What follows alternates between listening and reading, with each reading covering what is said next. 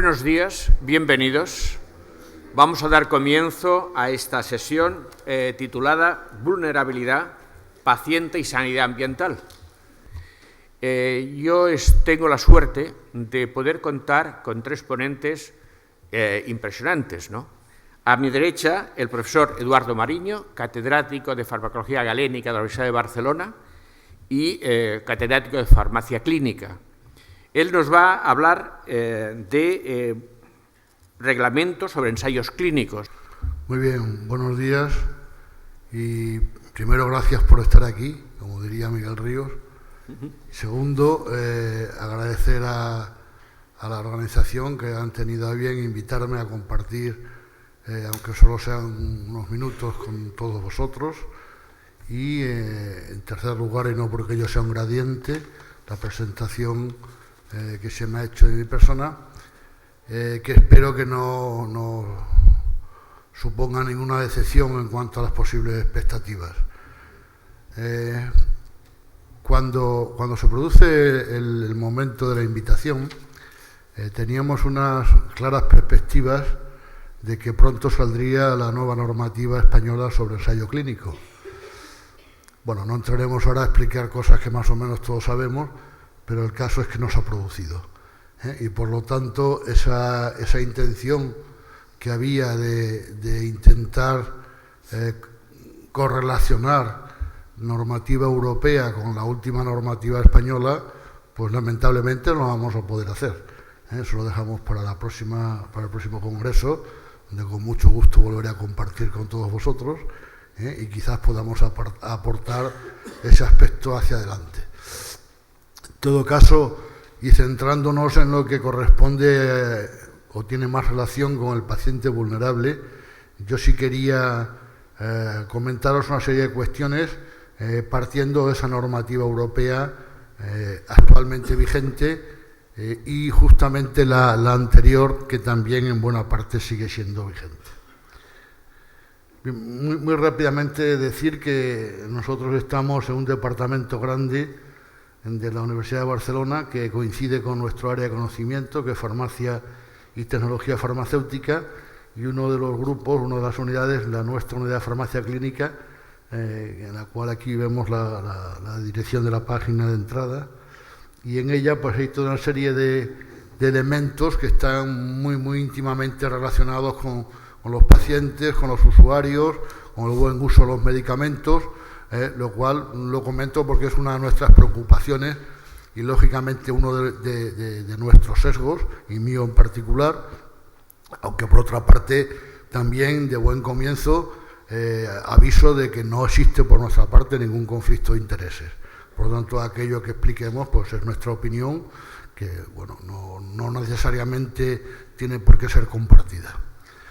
Bien, en nuestra unidad también tenemos una serie de personas que están en el contacto directo con los pacientes, tanto en el ámbito hospitalario, como vemos aquí, como en el ámbito de la farmacia comunitaria y de la atención primaria, siendo muy pocos los que nos dedicamos exclusivamente o fundamentalmente a la universidad.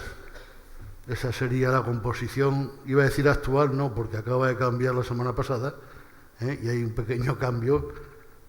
Manteniendo lo que hay aquí, hay un nuevo profesor asociado del Sagrat Cor.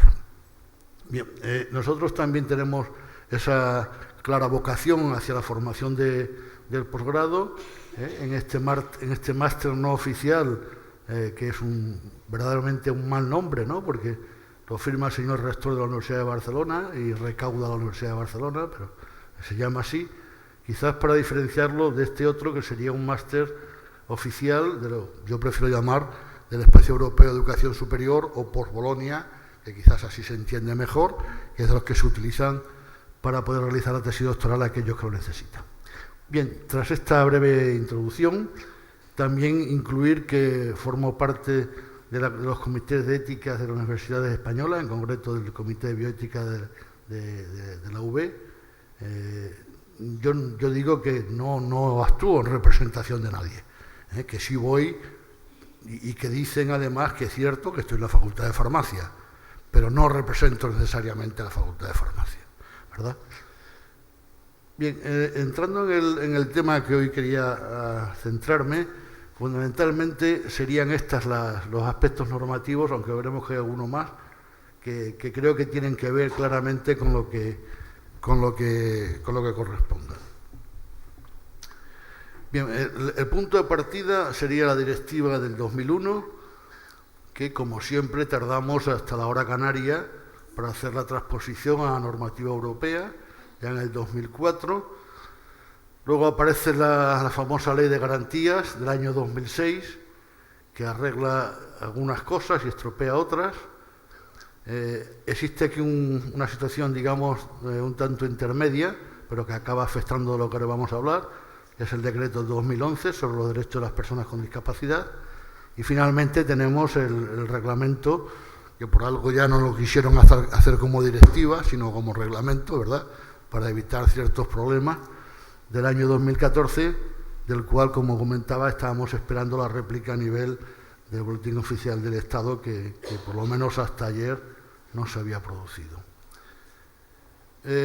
La normativa del 2001 está bastante bien, pero pasaron algunas cosas un tanto extrañas, ¿no?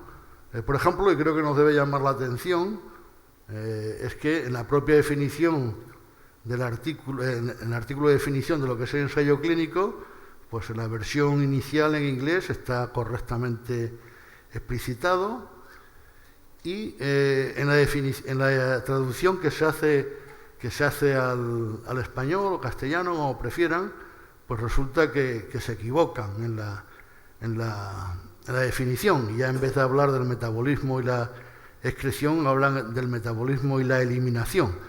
A los que nos hemos dedicado un poco más a la farmacocinética, pues sabemos que no es lo mismo, que esto sería un poco hablar como de sopas de pan con pan. Bueno, pues es distinto que sopas de pan solas, ¿no? Y sobre todo llama la atención de que en algo que es tan importante como es la propia definición haya esos errores, ¿no? En su momento hice, digamos, el comunicado correspondiente sin el mínimo éxito, como era de esperar. Después, en el año, cuando se hace la transposición a normativa española, en el año 2004, pues aparece bien, ¿no? Aparece el término excreción bien. Incluso un compañero llegó a felicitarme, me felicitaba, ¿ves cómo sí te han hecho caso y tal? Y yo dije, vaya, no creas, yo creo que esto ha sido casualidad, y como luego veremos, efectivamente fue casualidad, ¿no? Bien, esto alguien podría pensar, bueno, es algo más bien simbólico, bueno, no sé hasta qué punto el simbolismo y la consecuencia del simbolismo.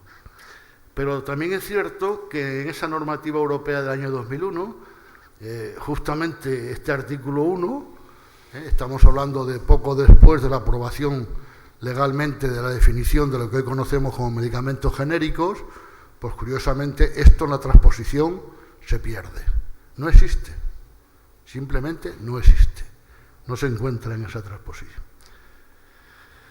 Cuando se quiere mirar en lo que se hizo de la traducción al español, ahí sí aparece, pero como anunciaba hace un momento, en el decreto de transposición se pierde, del 2004, y curiosamente no es hasta la ley del medicamento del 2006 cuando la definición vuelve a aparecer mal, luego efectivamente era una casualidad, y aparece eso que llevaba ya 5 años olvidados, vamos a decir casualmente olvidados. Bien, entrando ya quizás más en lo que se refiere al tema digamos, poblaciones especiales, situaciones de inferioridad, situaciones complicadas. En la directiva del 2001 ya vemos que algunas de las situaciones a las que nos estamos refiriendo son claramente citadas, ¿no? Por ejemplo, en el considerando número 3 ya habla de estas personas que no están en condiciones de dar su consentimiento, y se habla claramente de la situación de pediatría, en el cual, bueno, no es que a nivel estatal tengamos excesivos problemas por exceso de población, sino más bien por lo contrario, que hay más bien falta de individuos pediátricos que además deseamos que no sean enfermos, ¿no? Pero que incluso la Unión Europea, como luego comentaré, ha intervenido para propiciar la realización de ensayos clínicos en esta población con todos sus inconvenientes.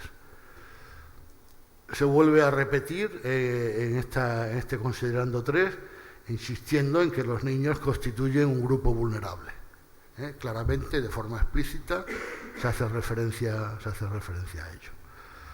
En el considerando 4, esta misma normativa, también se habla de otras personas que pueden estar o pueden tener dificultades en su consentimiento, y por ejemplo se habla aquí de las personas que padecen demencia y de los pacientes psiquiátricos. Vemos que se va ampliando el concepto o el grupo que podríamos considerar como vulnerable, ¿no? Llegamos al decreto de transposición del 2004 que comentamos hace un rato, y nos encontramos, bueno, primero pues yo creo que una repetición de lo que es la gran preocupación que ya en el 2001 hay a nivel de la Unión Europea. Superando el decreto del 93, que en los aspectos metodológicos de los ensayos clínicos yo creo que sigue teniendo gran validez, ha habido mejoras, como no, pero realmente en lo que hay realmente problemas es más en el software que en el hardware. Es decir, hay más problemas en los aspectos bioéticos que en los aspectos metodológicos de grandes instrumentales, ¿no? Y esa preocupación trasciende la normativa europea, y yo creo que se encuentra con un fiel reflejo cuando se habla de, por ejemplo, en el artículo 2, en las definiciones del consentimiento informado. Luego volveré un poco a ella para repetir algunas de las cuestiones que se ven aquí, pero claro, el consentimiento informado no es esa hoja que una vez firmada o presuntamente firmada se guarda en un cajón por si viene el inspector. Es otra cosa bien distinta, ¿no? Y en cualquier caso, bien pronto aparece claramente la situación de que haya un sujeto que no es capaz de dar su consentimiento. Eso es, digamos, repetitivo a lo largo de toda la normativa. En el artículo 7 se vuelve a abordar el tema de consentimiento informado, y, de nuevo, el hecho de que una persona no sea capaz para dar su consentimiento y un poco lo que se debe seguir al respecto. En el capítulo 2 aparece ya, por primera vez, de una forma bien explícita, el caso de los menores, que ya habíamos dicho antes, a nuevo los adultos o incapaces, y una población, dice, especialmente vulnerable a aquellos que están en ella debido a una situación económica, médica o social. Yo creo que solo hablando de esto tendríamos por hacer un amplio debate. Yo pretendo hacer un recorrido sobre la temática, un recorrido reciente, y por lo tanto no insistiré más en ello, pero repito, me parece que es muy importante que aparezca ese apunte que vemos aquí. Curiosamente, en la Ley de Garantías y Uso Racional de los Medicamentos y Productos Sanitarios, con ese nombre tan hermoso y tan difícil de recordar, que nos lleva a que hablemos siempre de la Ley de Garantías, y claro, el que no sabe un poco bien de qué estamos hablando nos pregunta siempre de garantías de qué, ¿no? Pero bueno, seguimos con la Ley de Garantías. Bueno, pues el término vulnerable no aparece. Parece como que si no hubiera garantías para el vulnerable. Como comentaba hace un momento, hay una normativa que incide de una manera un tanto no plena, pero sí clara, que es la normativa del 2011 sobre la adaptación a las personas con discapacidad.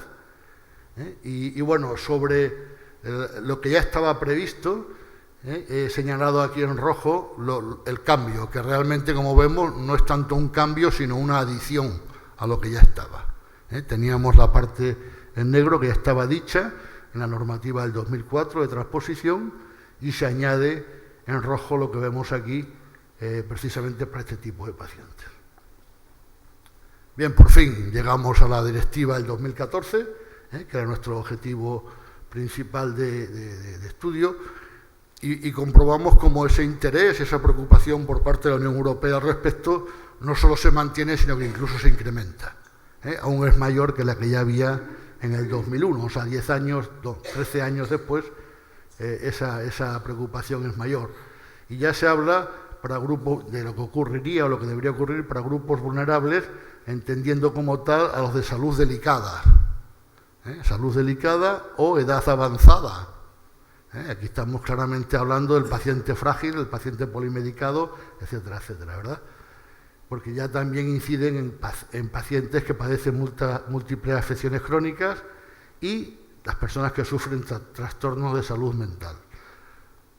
Bien, aquí he puesto, solo a título de ejemplo, un protocolo de hoja de información al paciente para el consentimiento informado que hemos utilizado recientemente en un estudio que estamos actualmente haciendo, como es lógico, convenientemente anonimizado, y bueno, simplemente que veáis lo importante de reseñar si quien firma es el residente, el familiar o un tutor, que es un poco los aspectos más reseñables, ¿no? También dentro de los colectivos vulnerables, en el artículo 10, insisten claramente en los menores, eso ya lo teníamos de antes, ¿verdad? Y eso hace que, por ejemplo, y de acuerdo con un compañero nuestro del Hospital de Sant Joan de Déu, de aquí de Barcelona, pues estos aspectos éticos en los estudios pediátricos pues deberían tener en cuenta pues todo esto que vemos aquí, ¿no? Lo cual pues es también bastante fácil de decir y bastante más complicado de poner en práctica. Yo insisto mucho en esta parte, que es el del reclutamiento que debe ocurrir de forma libre sin inducción a pacientes ni padres. Bueno, hablaremos luego algo de la coerción, de la inducción y la persuasión, y en fin, hay una serie de elementos ahí que pueden ser importantes y personalmente me gusta mucho el que se incluya este aspecto, ¿no? Individuos que representen a la demografía de la región y que no haya discriminación. Esto porque ya ha habido algún intento de buscando quizás caminos de menor tensión, buscar población del ensayo clínico en sitios en los que la normativa no es tan, vamos a decir, seria y donde por otra parte el coste económico es más asequible y las posibles responsabilidades quedan más diluidas. Pero bueno, por eso creo que es importante señalarlo, ¿no? Es importante también hablar del consentimiento y el asentimiento y por último, por finalizar, recordar que hay una serie de incentivos, una serie de facilidades que la Unión Europea establece precisamente para conseguir que tengamos información del paciente pediátrico y que sean incluidos, aunque sea como una subpoblación un tanto aparte, bastante aparte, dentro de lo que son las 3 primeras fases de desarrollo clínico de un nuevo medicamento. Bien, siguiendo con la normativa de la Directiva del 2014, también se habla dentro de los colectivos vulnerables de sujetos de ensayo incapaces. Por lo tanto, de alguna manera también recoge esa normativa española que decíamos hace un momento, del 2011, y nos parece pues perfecto que ocurra, ¿no? También nos aparecen como colectivos vulnerables explícitos, mujeres embarazadas o en periodo de lactancia, y al final hace referencia a lo que se conoce como el artículo 35, que son ensayos clínicos en situaciones de urgencia. Eso también digamos que es otro capítulo importante del que podríamos hablar porque son pues realmente situaciones de urgencia, en las cuales pues muchas veces la consecución previa del consentimiento informado no es posible. Bien, la realidad que sabemos es esta. Es que un estudio que se hace en el año finales del 2011, el Diario Médico, dice que casi la mitad de los hospitales le faltan los consentimientos informados. Por lo tanto, pensábamos que habíamos avanzado mucho. Yo creo que sí hemos avanzado mucho, pero me parece que también nos queda mucho por recorrer todavía.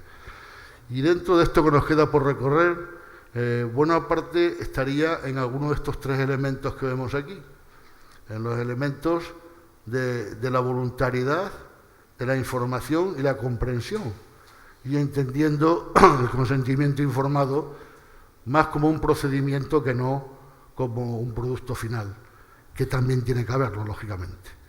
Y el hecho de que eso debe ocurrir tras que el paciente o el voluntario sano No sé por qué tenemos la costumbre de hablar de voluntario sano y del paciente, ¿no? Como si el paciente no tuviera que ser voluntario.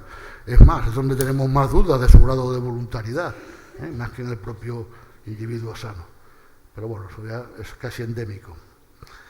Nosotros sobre el tema de la voluntariedad pensamos que al menos deben darse esas situaciones.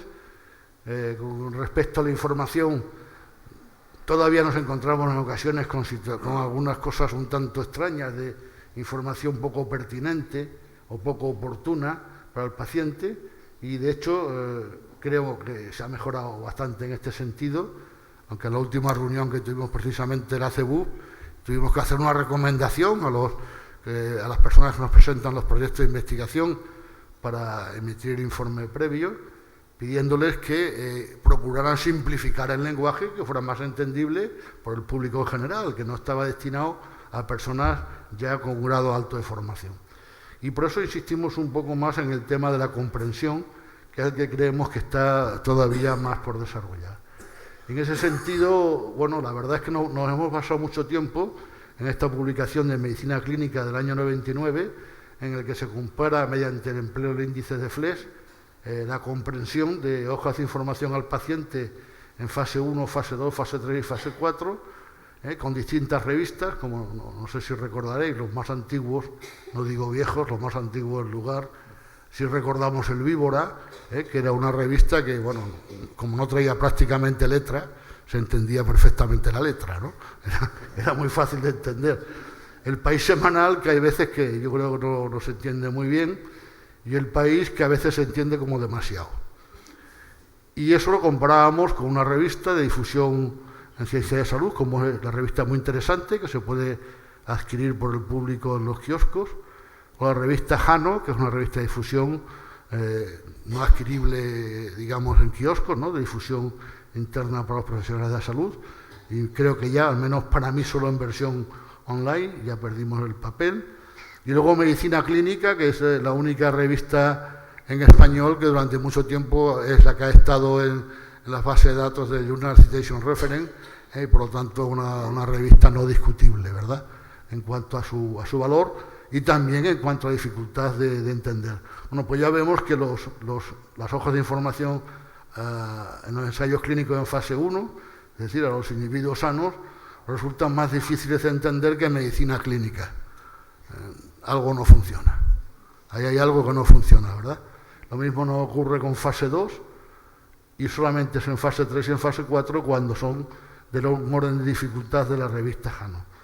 Por eso nosotros seguimos insistiendo en esta parte del consentimiento informado y de la voluntariedad, y especialmente en individuos vulnerables, y para ello hemos iniciado hace algún tiempo una serie de estudios, en este caso con medicamentos biotecnológicos, que por otra parte son de los que más miedos nos siguen produciendo y más precaución, y empleamos términos que yo creo que algunos no están ni siquiera en la Real Academia de la Lengua, ¿no? Por ejemplo, hablamos de la lecturabilidad. Es una palabra que hay que decir con cierta calma, porque si no uno acaba diciendo hasta lo que no quiere. Y en estos estudios nosotros utilizamos, y esto lo comento solo, y quedo a disposición, no ahora, cuando queráis, para comentaros lo que estamos haciendo. Usamos estos 3 indicadores, el SMOG, el FLES-Kincaid y el índice de perspicuidad. No sé qué es más difícil de decir, si lo de perspicuidad o el nombre del autor, ¿no?, que si lo dejamos ahí. Bien, esto es un poco cómo lo hacemos, con la ayuda de una serie de programas informáticos como los que veis aquí. Ya estoy finalizando. Y bueno, precisamente cerrando con una imagen de una población que desde siempre hemos considerado como vulnerable, sería esa población pediátrica. Vemos una imagen antigua, ¿no?, en la cual, yo diría que casi demasiado antigua, ¿no?, porque conseguir hoy día esto sería casi misión imposible, pero en aquellos momentos pues era posible. Pero en todo caso refleja algo muy importante, o para mí pretende reflejar algo muy importante, que es la confianza que esa población tiene en los medicamentos. Y yo creo que eso es algo sobre lo que tenemos que, como en otras poblaciones, sobre lo que tenemos que seguir insistiendo y tenemos que seguir ganándonos a cada uno de los días. Pues nada más y muchas gracias.